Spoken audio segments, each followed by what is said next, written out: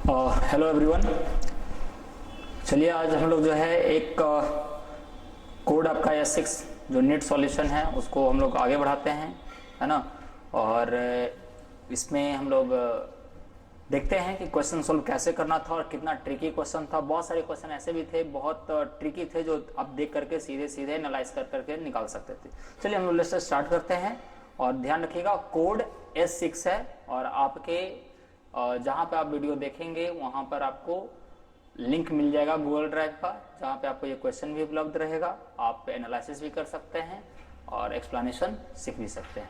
चलिए स्टार्ट करते हैं। हम लोग बात करते हैं सबसे पहले क्वेश्चन नंबर 52 का। क्वेश्चन नंबर 52 में बोल रहा है कि बात कर रहा है, देखिए हम शॉर्ट में थोड़ा लिखेंगे चीजों को। और स्टेटमेंट 1 बोल रहा है कि स्टेटमेंट 1 की बात कर रहा है। इसमें स्टेटमेंट 1 में बात कर रहा है बॉइलिंग पॉइंट्स का। और किसके बॉइलिंग पॉइंट्स हैं सर? तो बॉइलिंग पॉइंट्स जो है वो ग्रुप 16 के दिए हुए हैं।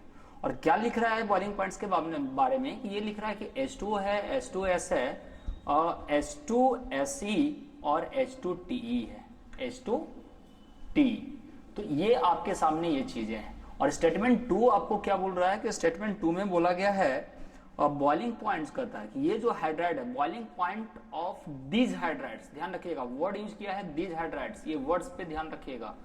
तो दीज हाइड्राइड्स की बात कर रहा है और इस दीज हाइड्राइड्स के अनुसार देखते हैं तो कहता है कि, है ना, boiling point of these hydrides increases with increasing molar mass. तो मोलर मास के बढ़ने से ये बात कर रहा है। सिंपल सी बात है। अब देखिए यहां से कि सही है कि मोलर मास तो बढ़ रहा है, लेकिन आपने पढ़ा होगा कि इसमें जो है हाइड्रोजन फोर्स लगता है और इस हाइड्रोजन फोर्स की वजह से, इस हाइड्रोजन फोर्स की वजह से, एक मिनट, इस हाइड्रोजन फोर्स की वजह से जो है इसका बॉइलिंग पॉइंट ज्यादा हो जाता है।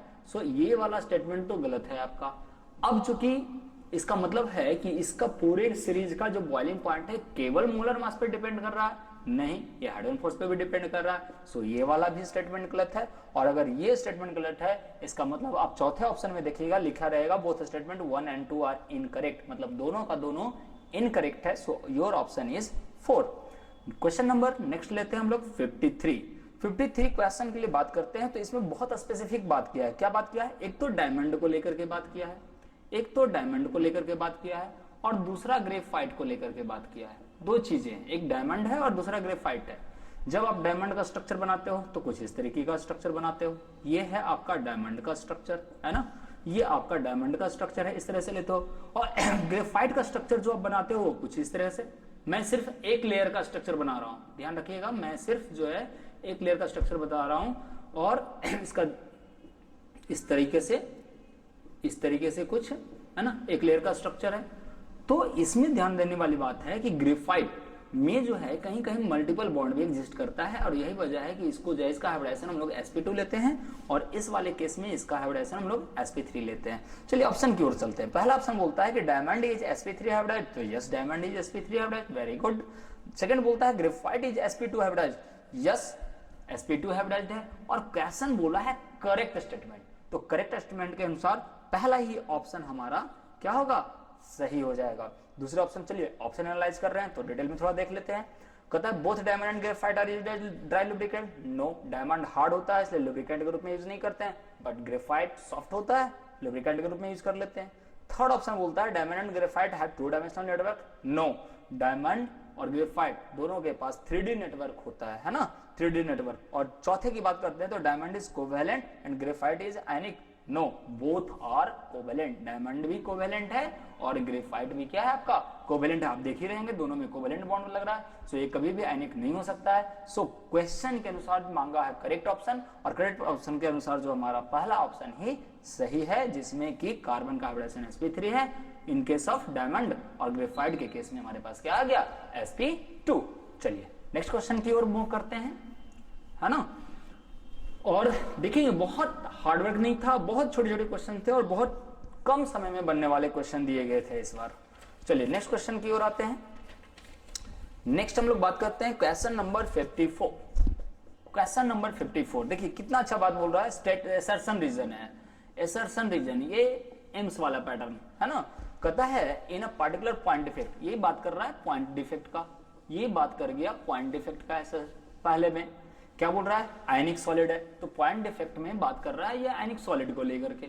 और आयनिक सॉलिड की बात करें तो आयनिक solid is electrically neutral, defect चाहे जो भी हो, आपने पढ़ा होगा कि डिफेक्ट चाहे जो भी हो, हर डिफेक्ट न्यूट्रल होता है, हर डिफेक्ट न्यूट्रल होता है।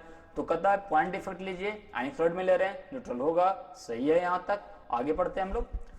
कहता है even if few of its cations are missing from its unit cell, ये बोल रहा है केवल कैटायन को मिसिंग कर रहा है। तो आपने पढ़ा होगा metal deficiency defect due to excess anion, और इस तरह का जो घटना दिखाता है वो ट्रांजिशन मेटल के कंपाउंड दिखाते हैं, जिसमें आपने पढ़ा होगा कि Fe2+ फेरस ऑक्साइड का जो क्रिस्टल होता है, जिसमें कि आपको Fe2+ और ऑक्साइड आयन मिलते हैं, और यही जो Fe2+ क्या करता है अपना कुछ आयरन बाहर निकालता है, और ये जो Fe2+ फर्दर कन्वर्ट कर जाता है Fe3+ वाले में। तो ऐसे कंडीशन में भी ये न्यूट्रल होते हैं। क्वेश्चन बोल रहा है कि केवल कैटायन को रिलीज करवाना है, तो केवल कैटायन को रिलीज करवा करके आप न्यूट्रलिटी मेंटेन करवा सकते हैं। तो ये एक बहुत अच्छा क्वेश्चन था जो ट्रांजिशन मेटल पर सीधे सीधे रिलेटेड था। केवल कैटायन की बात किया है, इसलिए मैंने केवल कैटायन की बात किया है। दूसरा बात कर रहा है रीजन। अगर हम रीजन को देखते हैं, रीजन में बोलता है अच्छा ये बात करते हैं कि अगर असर्शन की बात करते हैं तो क्या असर्शन हमारा सही है? ऑफ कोर्स असर्शन हमारा सही है। रीजन बोलता है कि in an ionic solid Frenkel defect arises due to, बात कर रहा है फ्रेंकल डिफेक्ट। ऑफ कोर्स अब मैंने क्या बोला कि जो भी डिफेक्ट आपको पढ़ना है सारे पॉइंट डिफेक्ट ही पढ़ने हैं, तो फ्रेंकल डिफेक्ट अपने आप में भी ये क्या है? पॉइंट डिफेक्ट ही है। अब कहता है कि due to dislocation of cation, yes, एक आपने पढ़ा होगा स्कॉटकी डिफेक्ट और एक आपने पढ़ा होगा फ्रेंकल डिफेक्ट। स्कॉटकी डिफेक्ट में आपने क्या पढ़ा था कि कैटायंस और एनायंस इक्वल नंबर में क्या करते हैं? क्रिस्टल सिस्टम से बाहर आते हैं। बट सेकेंड आपने जो पढ़ा है वो क्या है? Frenkel defect. और फ्रेंकल डिफेक्ट में आपने पढ़ा है कि जो कैटायन होते हैं एनायन से छोटा होते हैं, जो आसानी से अपने साइट को छोड़ करके इंटरस्टिशियल साइट पर डिसलोकेट कर जाता है, राइट? सो इस वजह से आगे स्टेटमेंट पढ़ लो पूरा। Frenkel defect arises due to dislocation of cations from its lattice site to interstitial site. Yes, very good. Maintain overall electrical neutrality. Yes, defect चाहे जैसा हो न्यूट्रल तो रहना ही है। तो ये वाला भी सही है, ये भी सही है। लेकिन क्या ये इसका एक्सप्लेनेशन है? ये नहीं है, ये एकदम नहीं है, क्योंकि ये जो है आपका स्टोइकोमेट्रिक डिफेक्ट है और ये नॉन स्टोइकोमेट्रिक डिफेक्ट का रिजल्ट है। तो दोनों ही कंडीशन थोड़ा सा अलग है। सो ये कभी भी इसका करेक्ट एक्सप्लेनेशन नहीं दे सकता, बट बोथ आर करेक्ट। अब कौन सा स्टेटमेंट बोलता है ऑप्शन के अनुसार? तो कहता है both A and R correct, but R is not the correct explanation of A. Yes, यही होगा। So option is 4। चलिए नेक्स्ट क्वेश्चन हम लोग लेते हैं। नेक्स्ट क्वेश्चन है हमारा 56 जो बोला है इनकरेक्ट स्टेटमेंट रिगार्डिंग एंजाइम। ध्यान देना, आपने देखा होगा कि इस बार जो है थोड़ा सा साइकोलॉजी खेला है बच्चों के साथ, क्योंकि पहले करेक्ट खूब पूछता था। इस बार शायद ही 2-3 क्वेश्चन आए हैं केमिस्ट्री में जो कि करेक्ट है, बाकी सारे तो इनकरेक्ट मतलब साइकोलॉजी बहुत खेला है सेटर, है ना? तो फर्दर कभी एग्जाम दीजिएगा तो इस बातों का ध्यान रखिएगा। चलिए पहले ऑप्शन की ओर आते हैं। पहला ऑप्शन कहता है कि एंजाइम्स और पॉलीसेकेराइड। ये तो हो ही नहीं सकता है सर, क्योंकि एंजाइम्स जो हैं वो हर हाल में आपके प्रोटीन्स होते हैं। एंजाइम्स जो है प्रोटीन्स होता है, और ये बोल रहा है पॉलीसेकेराइड्स कार्बोहाइड्रेट। नो, खत्म कहानी। तो खत्म कहानी के अनुसार ये वाला स्टेटमेंट गलत है और क्वेश्चन बोला है इनकरेक्ट। सो क्वेश्चन के अनुसार यही हमारा आंसर होगा पहला। चलिए अगला ऑप्शन एनालाइज कर लेते हैं, छोड़ते नहीं बीच में। Enzymes are very specific for a particular reaction and substrate. Yes, आप एक पढ़े होंगे लॉक एंड की कॉन्सेप्ट, याद करिएगा, सरफेस केमिस्ट्री में भी पढ़े हैं इस चीज को, कि वो स्पेसिफाइड तरीके से जो है मैकेनिज्म शो करता है। साथ में ये भी पढ़ा होगा जैसे सुक्रोज है, तो सुक्रोज को तोड़ने के लिए सुक्रेज चाहिए, माल्टोज को तोड़ने के लिए माल्टेज चाहिए, है ना? इथेनॉल को तोड़ने के लिए लैपेज चाहिए। तो इस इथेनॉल नहीं, सॉरी, ग्लूकोज को तोड़ने के लिए लैपेज चाहिए इथेनॉल में। तो इस तरह की चीजें जो है हर रिएक्शन में, हर रिएक्टिंग मॉलिक्यूल्स के लिए एंजाइम्स डिफर करते हैं, स्पेसिफिक होते हैं। Yes, it is right. अगला बोलता है enzymes are biocatalyst. Yes, biocatalyst. Yes, enzymes के पास अपना लाइफ होता है और कैटालाइसिस का प्रोसेस दिखाता है जो रेट ऑफ रिएक्शन को बढ़ाता है। तो ये वाला भी स्टेटमेंट हमारा सही है। चौथा की बात कर लेते हैं, chemical catalyst enzyme reduces the activation energy. Yes sir, जो रेट बढ़ाएगा वो एक्टिवेशन एनर्जी को घटाएगा, क्योंकि आपने पढ़ा है ना कि rate inversely proportional to activation energy, आपने पढ़ा है है ना, कि एक्टिवेशन एनर्जी अगर बढ़ाते हो तो रेट घटता है और अगर एक्टिवेशन एनर्जी को घटाते हो तो रेट बढ़ जाता है। सो आपका जो है क्वेश्चन के अनुसार जो आंसर होगा हमारा वो पहला होगा। क्यों? क्योंकि वो मांगा है इनकरेक्ट। Very good. चलिए नेक्स्ट क्वेश्चन की ओर आते हैं। हमारा क्वेश्चन नंबर 57 लेते हैं, है ना। 57 के अनुसार अगर हम बात कर ले तो देखिए क्या मिलता है। 57 119 का एल्केशियम पूछा है, तो सीधा सीधा है सर, 1 का अन होता है, फिर 1 का अन होगा और 9 का एन होता है। तो अन अन एन, और जानवे करते हो मतलब आपको पता है कि ईएम लगा देना है, तो क्या हो जाएगा अन अन एनियम, है ना। तो अन अन एनियम मतलब क्या हो जाएगा, ऑप्शन नंबर 3। ये तो सीधा सीधा था, फैक्चुअल टाइप का था। चलिए 58। अब देखिए ये एक ऐसा क्वेश्चन है ना कि अगर इसके ऑप्शन को आप ध्यान से देखेंगे ना तो आपको बिना नाम लिखे हुए बहुत ज्यादा दिमाग लगाए हुए सीधे कर सकते हो। देखो कैसे करते हैं। देखो सिल्वर है, सिल्वर की बात किया है, और सबसे बड़ी बात है कि कैटायनिक कॉम्प्लेक्स हो या एनायनिक, लेफ्ट हो या राइट हो। जैसे मैं एक बार लिख दे रहा हूं इसको ताकि आपको समझ में आए कि कैसे जो है हम लोग सॉल्यूशन को डायरेक्ट पकड़ सकते हैं। डायरेक्ट कैसे पकड़ते हैं सॉल्यूशन को। देखो सिल्वर है, सिल्वर हर हाल में आप जैसे भी ऑक्सीडेशन स्टेट निकालोगे हर हाल में +1 होगा। चलिए ऑप्शन, पहला ऑप्शन में देख रहे हैं कि सिल्वर के साथ +1 है, यस है, वो चलेगा। सेकंड बोल रहा है ऑप्शन से देखिएगा पैरेंथेसिस में ऑक्सीडेशन नंबर दिया है 1, चलेगा। थर्ड और फोर्थ ऑप्शन में देखते हैं कि सिल्वर का ऑक्सीडेशन नंबर लिख रहा है 2, क्या होगा, कभी नहीं होगा। तो तीसरा चौथा तो कैंसिल हो गया, बचा पहला और दूसरा ऑप्शन। अगर पहले दूसरे ऑप्शन की बात करते हैं तो पहले देखो आ गया है डाई एक्वा, तो डाई एक्वा कैसे में मिल रहा है, तो डाई एक्वा ऑप्शन 2 में मिल रहा है। So your option is 2। पूरा नाम लिखने की जरूरत नहीं थी, इसमें आप ऑप्शन देखते सीधे काम कर लेते, प्रेजेंस ऑफ माइंड पे था, पूरा नाम बैठ करके लिखने की जरूरत, जोड़ने की जरूरत नहीं थी। एक अच्छी क्वेश्चन है ये सब चीजें। चलिए क्वेश्चन नंबर 60 की बात करते हैं। क्वेश्चन नंबर 60 है ना, कोगुलेटिंग पावर बोलिए या फ्लोक्यूलेटिंग पावर बोलिए, कोगुलेटिंग पावर बोलिए या फ्लोक्यूलेटिंग पावर बोलिए, कोई भी पावर बोलिए, इसको आप कोगुलेटिंग पावर के नाम से भी जानते हो आप इसको, कोगुलेटिंग पावर के नाम से भी जानते हो आप इस चीज को। तो ये जो पावर है वो डायरेक्टली प्रोपोर्शनल टू चार्ज होता है सर, चाहे चार्ज पॉजिटिव हो चाहे चार्ज निगेटिव हो, क्योंकि अल्टीमेटली ये जो पावर है ना वो कहीं ना कहीं फोर्स ऑफ अट्रैक्शन को शो कर रहा है, और फोर्स ऑफ अट्रैक्शन तो आपको पता ही है चार्ज पर डिपेंड ही करता है ना। तो अगर चार्ज पर डिपेंड करता है तो आप स्टेटमेंट 1 को देखेंगे। स्टेटमेंट 1 क्या बोलता है, स्टेटमेंट 1 बोलता है कि कोगुलेशन ऑफ नेगेटिव सोल जिसका कि कोगुलेटिंग पावर दिया हुआ है Al3 प्लस Ba2 प्लस और Na+ में दिया हुआ है। तो यस, अभी मैंने बोला चार्ज के डायरेक्टली प्रोपोर्शनल, तो ये वाला भी स्टेटमेंट सही है, पहला स्टेटमेंट सही है। स्टेटमेंट 2 की बात अगर हम कर लें तो स्टेटमेंट 2 बोलता है कि अगेन वही बात करता है, कोगुलेशन ऑफ पॉजिटिव सोल की बात कर रहा है। The flocculating power of this salts in the order of, तो सिंपल सी बात है सर, Cl- आपको देखिए इस पूरे मॉलिक्यूल में जैसे आपको लिख रहा है कि NaCl है, Na2SO4 आपको लिख करके दिया है और Na3PO4 के बारे में लिखा है, तो आप गौर करके देख लेंगे ना कि -1 -2 -3 अगेन चार्ज बढ़ेगा, और अगर चार्ज बढ़ेगा तो क्या कर रहा है कि इन द कोगुलेशन ऑफ, ध्यान से सुनेंगे, इन द कोगुलेशन ऑफ, तो चार्ज जिसका ज्यादा है उसका कोगुलेटिंग पावर होगा।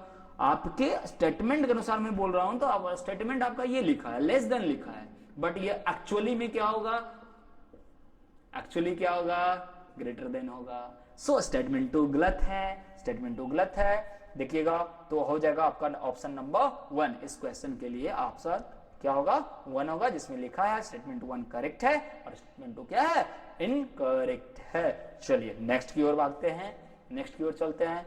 मैचिंग है, मैचिंग मजे की बात है, मैचिंग है और बहुत ज्यादा माइंड वर्क नहीं करना है, बहुत माइंड वर्क नहीं करना है। ये सब 10 सेकंड वाले ही क्वेश्चन थे, इसको थोड़ा सा बस कंसस रहोगे ना तुरंत खटाखट बनेगा ये सब क्वेश्चन। चलिए यहाँ तो हमको एक्सप्लेनेशन देना है, लिखना पड़ता है चीजें, चलिए थोड़ा सा देख लेते हैं। एक्सप्लेनेशन देना है तो समझाने के लिए टाइम तो लगेगा ही। जैसे देखो और पहला है MgS2 थोड़ा सा मिलवा देते हैं। MgS2 है, GS4 है ना, C है, B2S6 है, C है, B2S6 है, D है, HF है। अगर हम यहां से बात कर लें, ये फर्स्ट सेकंड और थर्ड और फोर्थ, चौथा में हमारे पास आयोनिक है, इधर आपका इलेक्ट्रॉन रिच बोला है ना, दिस इज इलेक्ट्रॉन, ध्यान रखिएगा, इलेक्ट्रॉन डेफिशिएंट, थोड़ा शॉर्ट में लिख रहे हैं इलेक्ट्रॉन डेफिशिएंट, और ये है इलेक्ट्रॉन प्रिसाइज, ये है इलेक्ट्रॉन प्रिसाइज। अब देखो इस क्वेश्चन को हमको इतना बैठ के मिलाना नहीं है, कॉलम है ना, कॉलम को पकड़िए, कॉलम में सबसे खासियत होती है इस तरह के क्वेश्चन में, खासियत देखिएगा, आप चारों ऑप्शन को देख लीजिए और चारों ऑप्शन में देखिएगा ए का जो देखिएगा चारों का 4 तरह का ऑप्शन है, तो ए को पकड़ लो ना, आंसर मिल जाएगा। देखो मेटल है और बाकी सब पी ब्लॉक के सीरीज हैं, ये सारे पी ब्लॉक सीरीज से हैं, लेकिन ये जो है पूरे आपके एस ब्लॉक सीरीज से है। तो एस ब्लॉक वाला क्या होता है, आयनिक हाइड्राइड्स देता है, दिस इज योर आंसर। बस इतने से काम हो गया, इतना ही से काम हो गया हमारा। ए का 4 किस में है, थर्ड वाले में है, सो ऑप्शन इज 3। सब बनाने की क्या जरूरत पड़ी, नहीं पड़ी, यही स्मार्ट तरीका अपनाना है। चलिए हम मिलवा देते हैं आपको, तो ध्यान रखेंगे, आपने पढ़ा है पी ब्लॉक के केस में, आपने पढ़ा होगा पी ब्लॉक के केस में कि ग्रुप 13, आप ग्रुप 13 के हाइड्राइड्स होते हैं, ग्रुप 14 के हाइड्राइड्स होते हैं, और ग्रुप जो है 15 to 17 के हाइड्राइड्स होते हैं।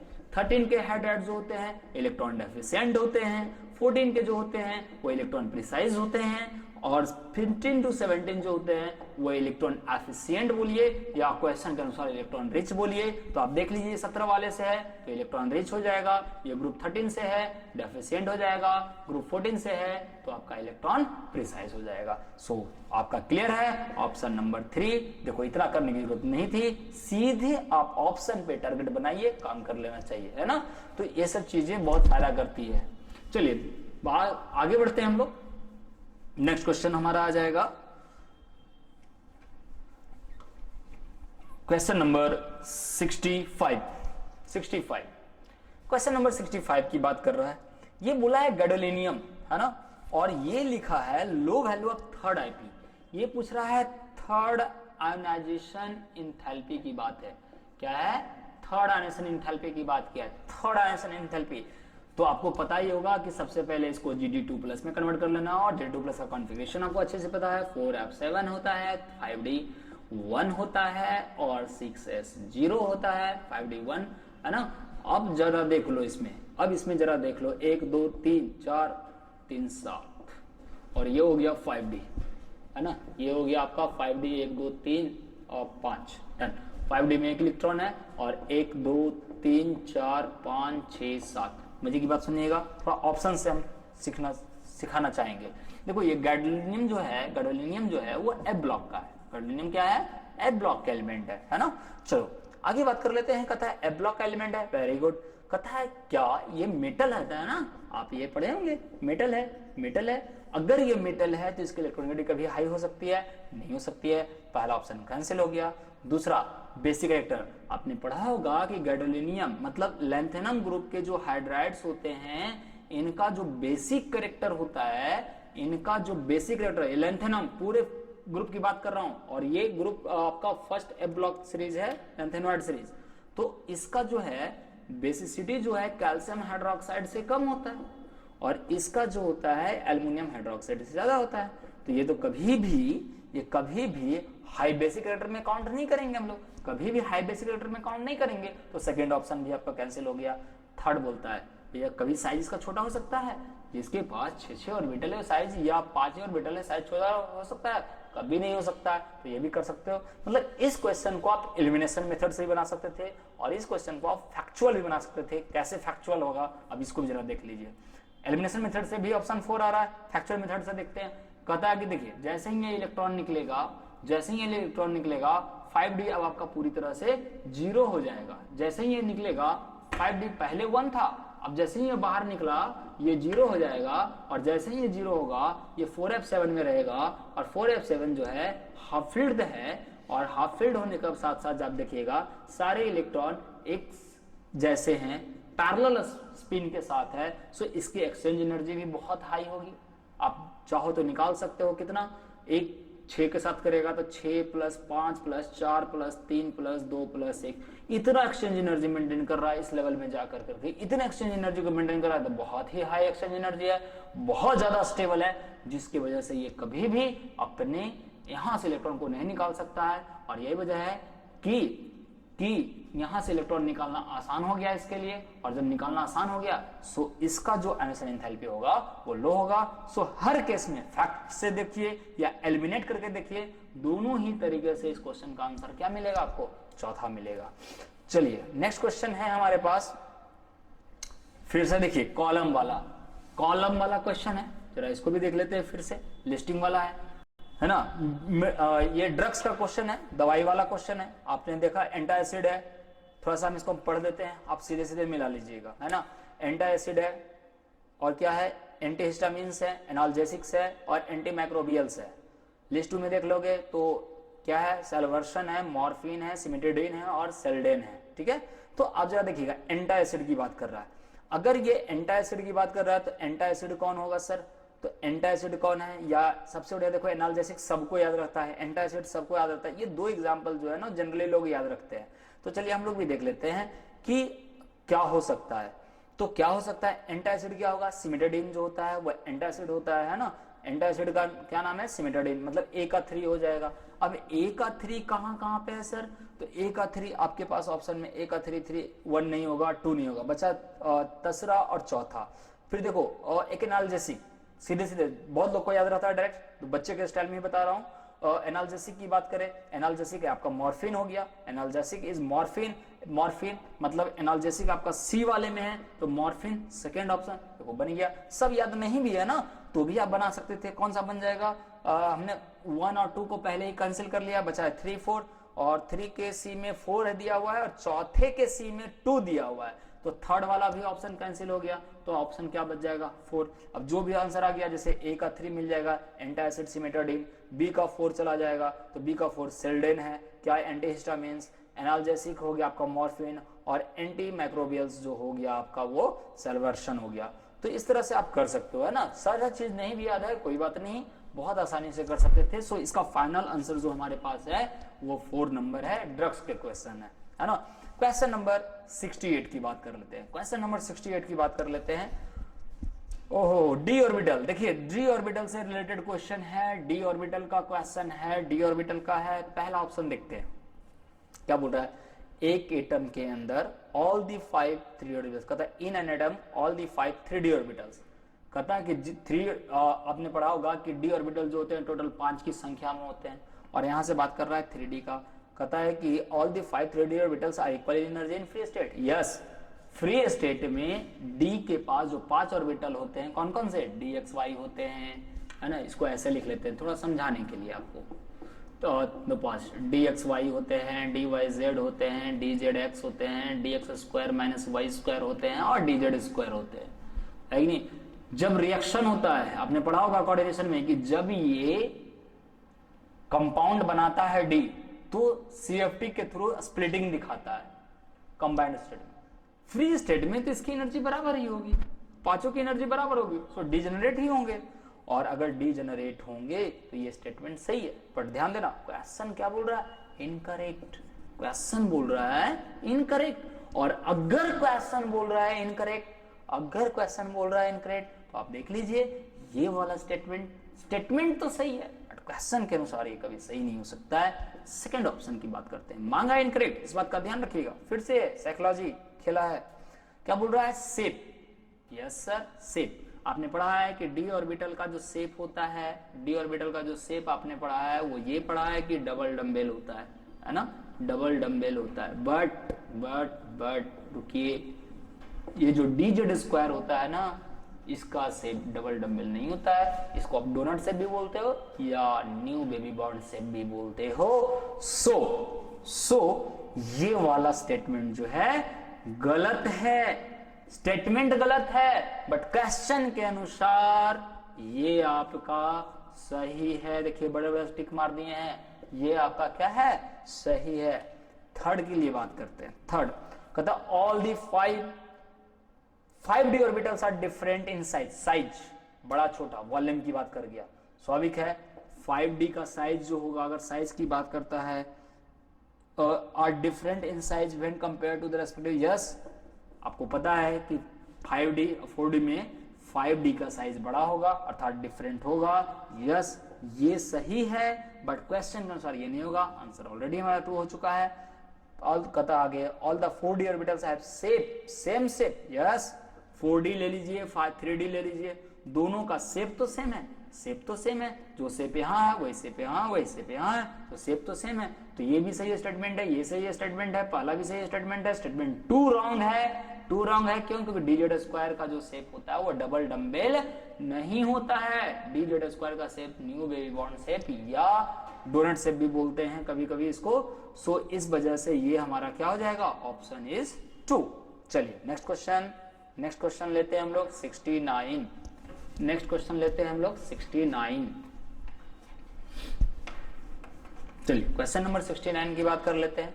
69 क्या बोल रहा है सर? 69 की बात कर लेते हैं। अगेन लिस्ट वाला क्वेश्चन है। अगेन देखो एस ब्लॉक में ही पढ़ते हो और फोटो इलेक्ट्रिक इफेक्ट में आपने पढ़ा होगा कि सीजियम जो होता है फोटो इलेक्ट्रिक सेल, यस जो फोटो इलेक्ट्रिक इफेक्ट में पार्टिसिपेट करेगा वो फोटो इलेक्ट्रिक सेल, तो सीजियम है, सीजियम का चौथा, सीजियम का फोर्स, मतलब आप कह सकते हो सीजियम जो है हमारे पास डी है और डी का फोर,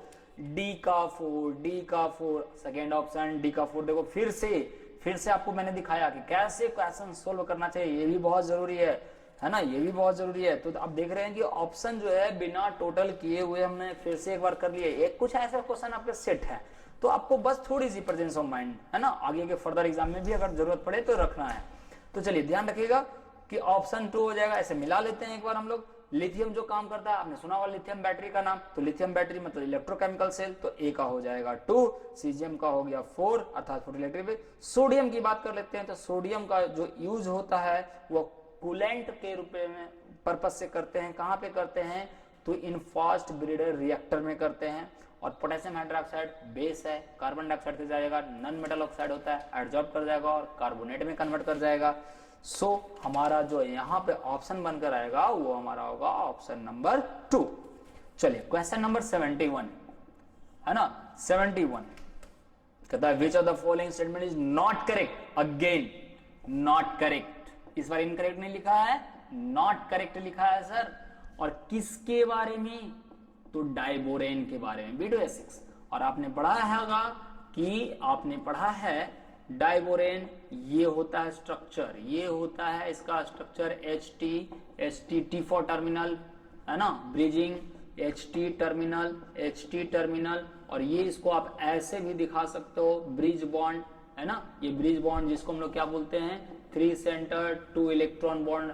ये स्ट्रक्चर बेस्ड क्वेश्चन है। और ये वाला जो बॉन्ड होता है वो क्या होता है, 2 सेंटर 2 इलेक्ट्रॉन बॉन्ड होता है ना। और आपने ये भी पढ़ा है कि ये चारों जो हाइड्रोजन होता है ये एक प्लेन में होता है और ये जो ब्रिज हाइड्रोजन होता है ये दूसरे प्लेन में होता है। तो होल मॉलिक्यूल जो होता है वो तो नॉन प्लेनर होता है, होल मॉलिक्यूल तो नॉन प्लेनर होता है। लेकिन चारों का चारों T4 टर्मिनल, चारों का चारों टर्मिनल हाइड्रोजन जो होता है वो क्या होता है, वो चारों ही टर्मिनल हाइड्रोजन एक प्लेन में होते हैं और ब्रिजिंग हाइड्रोजन अलग प्लेन में होता है। सवाल उठता है बोरॉन को लेकर के, तो बोरॉन जिस प्लेन में ये है उसी प्लेन में बोरॉन भी एग्जिस्ट करता है। चलिए ऑप्शन देख लेते हैं नॉट करेक्ट को ध्यान में रखते हुए।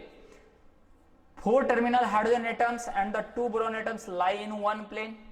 4 terminal atoms and 2 boron atoms lie in plane. Yes 4 terminal और दोनों का दोनों बोरॉन एक प्लेन में होगा। यस दोनों का दोनों एक प्लेन में होगा। हाइब्रिडेशन, यस इसका हाइब्रिडेशन क्या है, sp3। इसका हाइब्रिडेशन क्या है, sp3। BH3 में BH3 अगर रहता तो फिर बोरॉन का हाइब्रिडेशन क्या लेते हैं, sp2 लेते हैं। लेकिन इसने पूछा है डायमर का फॉर्म में, अर्थात इसका हाइब्रिडेशन sp3 होगा। मतलब ये वाला स्टेटमेंट गलत है, अर्थात आंसर आपका क्या हो जाएगा, सेकेंड वाला। चलिए ये देखिए 3 सेंटर 2 इलेक्ट्रॉन बोल ही दिया है तीसरा वाले में। चौथा बोल रहा है 4 terminal base bond 2 centre 2 electron bond. आप देख रहे हो 2 सेंटर 2 इलेक्ट्रॉन बॉन्ड आपको मैंने पहले लिख दिया है। तो इस तरीके से आपका इसका भी आंसर क्या हो गया, 2, 71 का 2। अब आते हैं 72। अब हम लोग आते हैं 72 क्वेश्चन पे, 72 नंबर पे। 72 क्या बोलता है कि बहुत अच्छा है, थोड़ा सा टेक्निकल है। कहता ICl जो है कि रिएक्टिविटी I2 से ज्यादा होती है, रिएक्टिविटी की बात कर रहा है। तो आपने पढ़ा होगा कि अगर किसी भी कोवेलेंट बॉन्ड पे चार्ज अपीयर होता है तो वो क्या होता है, पोलर हो जाता है। और जैसे ही वो पोलर होगा उस पर क्या होगा, पोलरिटी की वजह से वो अनस्टेबल हो जाता है। जब अनस्टेबल होगा तो रिएक्टिविटी फास्ट दिखाएगा रिएक्शन में। सो ये वाला असर्शन तो सही है सर। रीजन की बात कर ले, रीजन कहता है आईसीएल बॉन्ड इज वीकर। ये कहता है कि आईसीएल क्या है, वीक है। आईसीएल क्या है, वीक है। किसके रेस्पेक्ट में, तो किसके रेस्पेक्ट में, आई बॉन्ड के रेस्पेक्ट में। ऑफ कोर्स जैसे ही कोवेलेंट में पोलरिटी डेवलप करेगा, इसका मतलब क्या है, कोवेलेंट में पोलरिटी का डेवलप होना मतलब स्टेबिलिटी का घटना, और जब स्टेबिलिटी का घटना मतलब ये वाला जो बॉन्ड होगा वो वीक पड़ जाएगा। इसका मतलब है ये वाला भी रीजन हमारा क्या है, सही रीजन है। और अगर रीजन सही है, असर्शन भी सही है, तो देखिए दोनों चीज को मिलाइए, तो जब बॉन्ड वीक पड़ेगा तो कम ही एनर्जी पे टूटेगा, कम टूटेगा तो रिएक्टिविटी फास्ट हो जाएगा। इसका मतलब है कि ये जो रीजन है इस असर्शन का करेक्ट एक्सप्लेनेशन है, तो थर्ड वाले में देखिए लिखा है both A and R the correct, but R is the correct explanation of A. So इसका आंसर आपका थर्ड मिलेगा। चलिए 72 के बाद आ जाते हैं हम लोग 76 वाले क्वेश्चन में। क्वेश्चन नंबर 76 को अगर देखते हैं तो 76 क्या बोलता है सर, देख लीजिए इसको भी एक बार। 76 क्या बोलता है, कहता है कि कैल्शियम कार्बोनेट को आपने हीट रिएक्ट करवाया है HCl के साथ एक्वस मीडियम में, बना करके दे रहा है CaCl2 aqueous plus CO2 gas plus क्या H2O लिक्विड बना करके दे रहा है। क्या दे रहा है, H2O लिक्विड बना करके दे रहा है। तो ये आपके पास क्वेश्चन है। अब चलिए देखते हैं हम लोग क्या करता है। एक अच्छी बात बोला है इसने कि ये जो आपने रिएक्शन में भेजा है ना वो 95% भेजा है, 95% गया है जो रिएक्शन में गया है, आपने लिया नहीं है। क्वेश्चन बोला what mass of 95% pure CaCO3 will require to neutralize, किसको, HCl को न्यूट्रलाइज करना है। कितना है ये, 50 ml ऑफ 0.5 मोलर, ये इसको न्यूट्रलाइज करना है। तो 95% ये जो इससे रिएक्शन में गया आपने लिया नहीं, क्योंकि क्वेश्चन बोल रहा है व्हाट मास, आपने कितना लिया इसकी बात हो रही है। तो पहले तो ये देख लेते हैं कि कितना न्यूट्रलाइज किया, मतलब 100% आपने लिया, 100% में मात्र 95% ही रिएक्शन में गया। तो 95% पे पहले हम लोग काम कर लेते हैं, है ना। तो यहां से अगर हम काम करें तो क्या मिल जाएगा, देखो यहां से 50 और इसको लीटर में चेंज कर लें, क्योंकि लीटर में बनाना थोड़ा आसान हो जाएगा। तो क्या कर लेते हैं हम लोग लीटर में, आप सीधे सीधे कर सकते हैं कि 50/1000 अगुना 0.5 कर सकते हो, यहां से 10 ले लेते हो और यहां से इसको काट दो, कितना आ जाएगा 0.025 आ जाएगा। इतना मोल आ गया, कौन, HCl इतना गया, इतना मोल HCl आया, तो इतने मोल से ही रिएक्ट किया। तो ध्यान से देखना 2 मोल रिएक्ट कर रहा है, कितने से, 1 से रिएक्ट कर रहा है, तो इतना कितने से करेगा, इसका हाफ करेगा, तो 0.125 मोल से करेगा। अब 0.125 मोल से करेगा, और ध्यान रखना कि ये क्या है, इतना मोल आया, किसका है, CaCO3 का मोल आया। मास में कितना होगा, तो मोल को मोलर मास से मल्टीप्लाई कर दो, तो 0.125 अगुने कैल्शियम कार्बोनेट का कितना होगा, 100 होगा, तो कितना आ जाएगा 25 3000। चलिए, तो इस तरह से अगर आप करते हैं, एक मिनट, तो यहां से आप क्या करते हैं, जब इसको आप करोगे तो इसका हाफ निकाल लोगे, यहां से हाफ निकालोगे तो कितना आ जाएगा 0.50 cancel, 50 1000 ml, done done done done done done.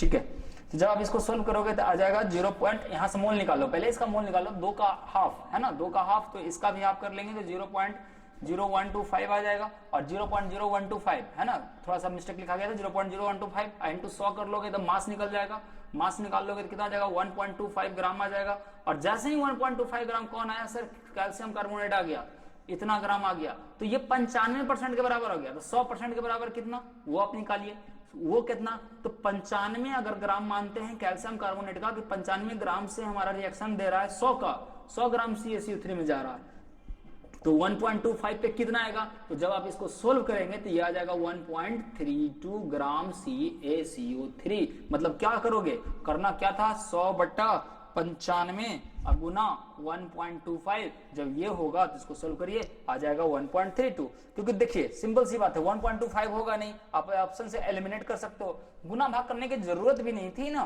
क्योंकि देखो पहला और दूसरा ऑप्शन जो है बहुत बड़ा डाटा दिया हुआ है, कैंसिल करो, है ना, बचा तीसरा और चौथा। तो तीसरा जो ऑप्शन दिया है क्या दिया है, 1.25 पे दिया है। मैं हमेशा बच्चों को बोलता हूँ कि जो ऑप्शन बहुत पहले मिलेगा, जो सॉल्यूशन में आएगा वो पहले लिखता है। देखो यहाँ पर भी पहले लिख दिया है, तो 1.25 देखो यहाँ से आ गया 1.25, जो कि कभी नहीं हो सकता है, क्योंकि 95% का वैल्यू है, 100% का वैल्यू कितना हो जाएगा, 1.32 हो जाएगा। सो your option is 4, your option is 4। चलिए नेक्स्ट की बात कर लेते हैं हम लोग, नेक्स्ट की बात कर लेते हैं 76, 77, 78। चलिए नेक्स्ट क्वेश्चन है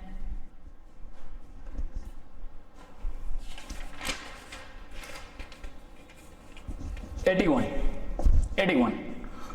क्या बोल रहा है, पहला है H2 plus ion has 1 electron. Yes, इसके पास एक ही इलेक्ट्रॉन होता है, सही है, लेकिन ध्यान देना इनकरेक्ट। अगेन क्या बोला है, इनकरेक्ट। क्या बोल दिया है, इनकरेक्ट। O2 प्लस क्या है, डायमैग्नेटिक। नहीं, इसके पास देखिए कितना है, 16 में से एक इलेक्ट्रॉन घटाइए, 15 इलेक्ट्रॉन है इसके पास। और ऑड इलेक्ट्रॉन का मतलब क्या है, पैरामैग्नेटिक। मतलब ये वाला स्टेटमेंट गलत लिखा है। So your option is 2। Statement गलत है क्योंकि इनकरेक्ट मांगा है, इसलिए आंसर क्या हो जाएगा, 2। चलिए थर्ड भी देखना चाहें तो देख सकते हैं, क्या क्या दिया है, O2 प्लस है, O2 है, O2 माइनस है और O2 2 माइनस है।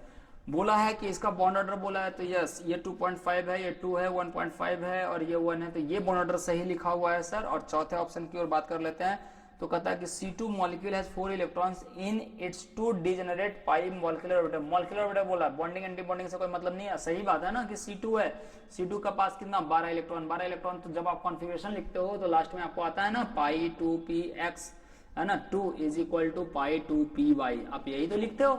जब ये लिखते हो तो क्या, दोनों की बराबर लिखने का मतलब क्या है कि दोनों का एनर्जी लेवल क्या है, बराबर है। बराबर है का मतलब क्या है, डिजेनरेट फॉर्म में है। तो ये वाला भी स्टेटमेंट सही है, ये वाला भी स्टेटमेंट आपका सही है, ठीक है। हाँ तो चलिए आंसर आपका मिल गया सेकेंड वाला। और नेक्स्ट क्वेश्चन आते हैं, क्वेश्चन नंबर 82। नेक्स्ट क्वेश्चन है हमारा 82। अगर हम 82 को देखते हैं तो देखिए क्या बोल रहा है 82, फिर से देखते हैं। बहुत यहाँ पर भी देखिए बहुत सिंपल सा क्वेश्चन है। पहला ऑप्शन बोला SF4। SF4 में आप देखोगे लोन पेयर की संख्या 1 होती है। सेकंड में देखोगे XCF2 में लोन पेयर कितने आ जाएंगे, तो 8 में से 2 गया, बचा 6 का मतलब है 3 लोन पेयर। तीसरा है ClF3, मतलब कितना हो गया यहाँ पे लोन पेयर, 7 में से 3 बॉन्ड गया, 4 इलेक्ट्रॉन, मतलब 2 लोन पेयर बच गया सर।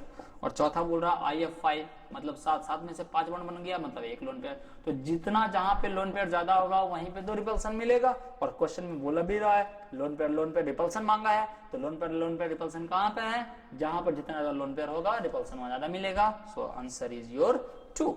चलिए क्वेश्चन नंबर 83। क्वेश्चन नंबर 83 की बात कर लेते हैं। 83 की बात कर लेते हैं, क्या है, ionization enthalpy of alkali metal decreases from top to bottom.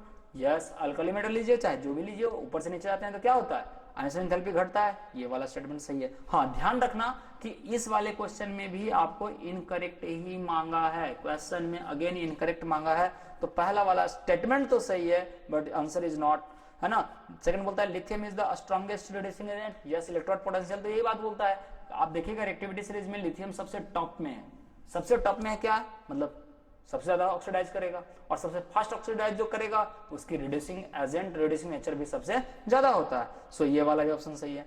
तीसरा बोलता है alkali metal react with water to form their hydroxide. Their hydroxide, alkali metals react with water to form their hydroxide. Yes, आपने पढ़ा है कि alkali metal जैसे sodium वगैरह लेते हो, पानी से रिएक्शन करवाते हो तो बनाता है सोडियम हाइड्रोक्साइड वगैरह बनाता है, और साथ में क्या करता है, हाइड्रोजन गैस रिलीज करता है। तो ये भी सही है, ये भी स्टेटमेंट सही है। मजे की बात है, चौथे वाले ऑप्शन को देखते हैं। ये बोल रहा है कि KO2 में पोटेशियम का ऑक्सीडेशन स्टेट +4 होगा। नेवर, ये जब भी होगा तो +1 होगा। क्यों, क्योंकि ये पर ऑक्साइड है और सॉरी सुपर ऑक्साइड है। This is super oxide, super oxide है और सुपर ऑक्साइड में आपको पता है कि -1/2 होता है ये, लेकिन मांगा पोटेशियम का है ना, पोटेशियम +1 होता है और क्वेश्चन में बोल रहा है +4, जो कभी संभव नहीं है। मतलब ये वाला स्टेटमेंट गलत है। मतलब your answer is 4, your answer is 4। चलिए क्वेश्चन नंबर 83 के बाद आते हैं क्वेश्चन नंबर 84 पे। क्वेश्चन नंबर 84 को देखते हैं। 84 की बात अगर हम लोग कर लें, क्वेश्चन नंबर 84 की बात करें, अगेन देखिए, फिर से देखिए, नॉट करेक्ट, एकदम साइकोलॉजी का तो धुआं उड़ा दिया है बच्चों, है ना, नॉट करेक्ट। चलिए पहला ऑप्शन देख लेते हैं। कहता thermoplastic polymer are capable to repeatedly softening and hardening for on heating and cooling respectively. Yes, ये प्रॉपर्टी है, थर्मोप्लास्टिक पॉलीमर की प्रॉपर्टी है, ठंडा गरम कर कर उसको रीसेप वगैरह कर सकते हैं और उसको रिपीटेडली चेंज कर सकते हैं। एग्जैक्टली सही है। दूसरा होता है थर्मोसेटिंग, नाम ये थर्मोसेटिंग, जो एक बार सेट हो गया वो दोबारा बदल नहीं सकता है, तो क्या रीयूजेबल होगा? कभी नहीं होगा। मतलब ये वाला स्टेटमेंट गलत है। So your answer is 2। चलिए आंसर इज 2। ऐसे पढ़ लेते हैं आगे। एलास्टोमर्स है, पॉलीमर है, वीक फोर्स ही लगता है, ऑफ कोर्स सही है। फाइबर है, फाइबर का टेंसाइल स्ट्रेंथ हाई होता है, यस ये भी सही है। तो यहाँ पर आपका ऑप्शन नंबर क्या हो जाएगा? 2 हो जाएगा। चलिए उसके बाद आते हैं क्वेश्चन नंबर 87।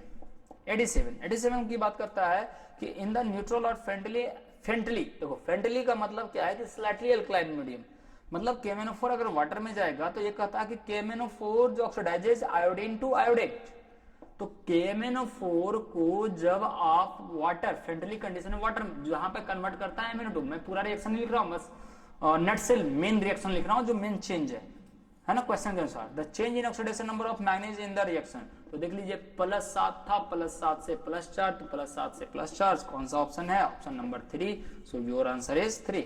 ये फैक्ट है, अगर याद रहता तो बनेगा, याद रहने से ही तुरंत बनता है क्वेश्चन, ये फैक्चुअल टाइप से थे। चलिए उसके बाद हम लोग देखते हैं क्वेश्चन नंबर 90। मजे की बात देखिए, क्वेश्चन नंबर में थोड़ा सा हम इसको लिखते हैं, थोड़ा सा इसको लिखते हैं। चलिए H2O का होल 2, H2O का होल 2, En का whole 2 and this is 2 plus second हमारा है NiH2O का होल 4 En, और यहां से लिख रहा है फिर आपका 2 प्लस, और सी में बोल रहा है कि NiEn का होल 3 2 प्लस। चलिए देखिए इसमें जो है ना बहुत टेक्निकल क्वेश्चन है, ये CFT का क्वेश्चन है, बहुत ही टेक्निकल क्वेश्चन दिया है। क्या दिया है इसको थोड़ा समझिएगा, ये कहना क्या चाह रहा है, और फिर हम लोग बना लेते हैं आंसर। आंसर के अनुसार क्या बोल रहा है, क्वेश्चन के अनुसार बोल रहा है order of energy absorb, order of energy मांग रहा है, एनर्जी एब्जॉर्ब की बात कर रहा है, ये कौन ज्यादा एनर्जी एब्जॉर्ब करेगा? तो सिंपल सी बात है, energy absorb, this is the belong to the CFT का क्वेश्चन है। आपने पढ़ा है कि डी ऑर्बिटल टूटता है ऐसे, है ना, डी ऑर्बिटल ऐसे टूटता है आपका 3 सेट में टूटता है इधर से, और इधर दो सेट में टूटता है। This is your T2G and this is EG, किसमें? ऑक्टाहेड्रल में। आप देख लीजिए कोऑर्डिनेशन नंबर 2 2 4 4 2 6 है ना, 4, और इसका 2 6 3 2 6, सबका कोऑर्डिनेशन नंबर 6 है। तो जब ऐसे टूटता है तो आपने पढ़ा है कि अगर लिगेंड स्ट्रांग होगा, जितना ज्यादा लिगेंड का स्ट्रेंथ हाई होगा, जितना ज्यादा लिगेंड का स्ट्रेंथ होगा, ये स्प्लिटिंग उतना ज्यादा होगा।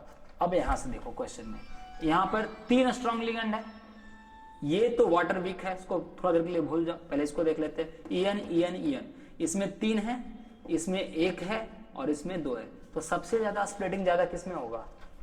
इस वाले में होगा। उसका स्प्लिटिंग किसमें होगा? ए वाले में होगा। तो अगर हम स्प्लिटिंग का ऑर्डर बना लेना, स्प्लिटिंग का ऑर्डर पहले कि स्प्लिटिंग सबसे ज्यादा किसमें मिलेगा, तो स्प्लिटिंग सबसे ज्यादा सी में मिलेगा, उसके बाद किसमें मिलेगा? ए में मिलेगा, उसके बाद किसमें मिलेगा? बी में मिलेगा। अब सिंपल सी बात है कि अगर हमको यहां से यहां भेजना है कलर दिखाने के लिए, तो जितना ज्यादा गैपिंग होगा उतना ज्यादा एनर्जी देना होगा, उतना ज्यादा एनर्जी एब्जॉर्ब करेगा। इसका मतलब है सी सबसे ज्यादा एनर्जी एब्जॉर्ब करेगा और बी सबसे कम एनर्जी करेगा। तो CAB, yes option is first, option is first. ये स्प्लिटिंग पर है, ध्यान रखना, ये स्प्लिटिंग पर सवाल है, सीधा सवाल है स्प्लिटिंग पे।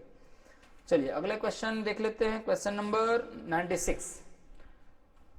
क्वेश्चन नंबर 96,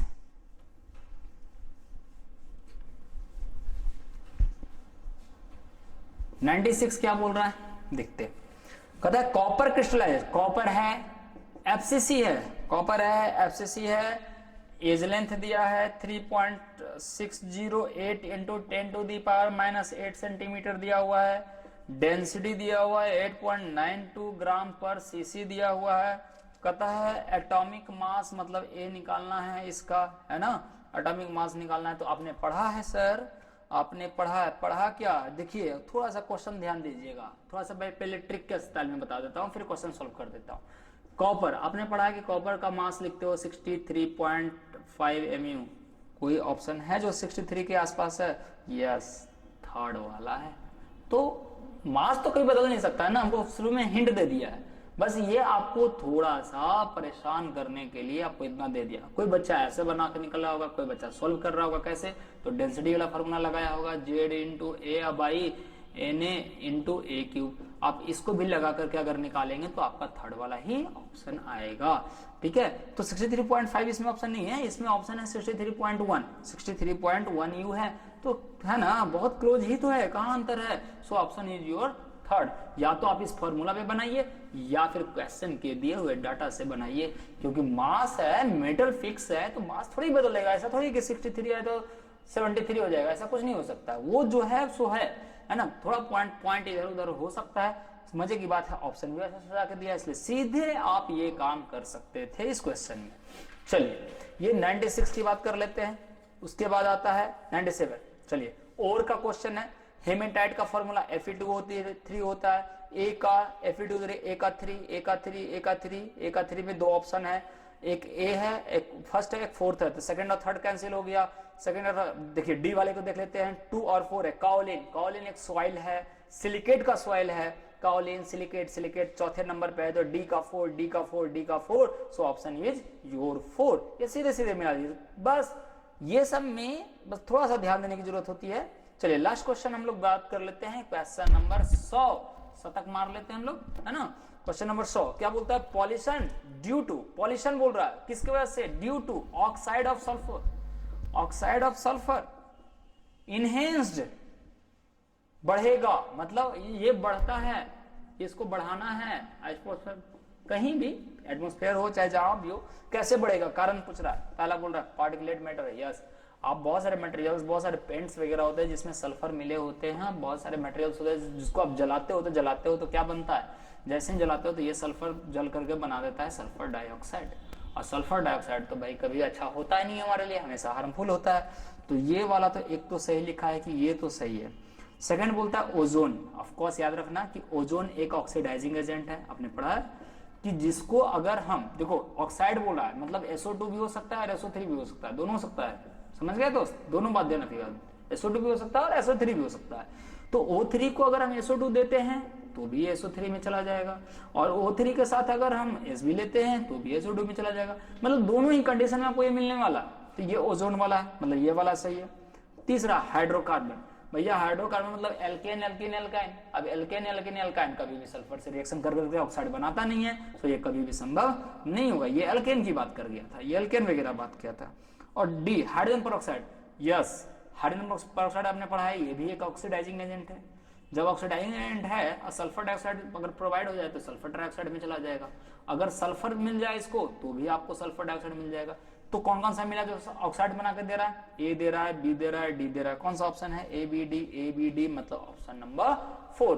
तो बहुत सारे क्वेश्चन ऐसे थे जो आप बहुत ट्रिकी तौर पे बना सकते थे, आपको समझाने में थोड़ा सा समय लगा क्योंकि चीजें है ना, आप देख रहे हो तो बहुत सारा क्वेश्चन में क्लू मिल जाता है, तो बस ये ध्यान रखना है और बस, है ना। ऑल द बेस्ट, आपका रिजल्ट अच्छा हो, थैंक यू।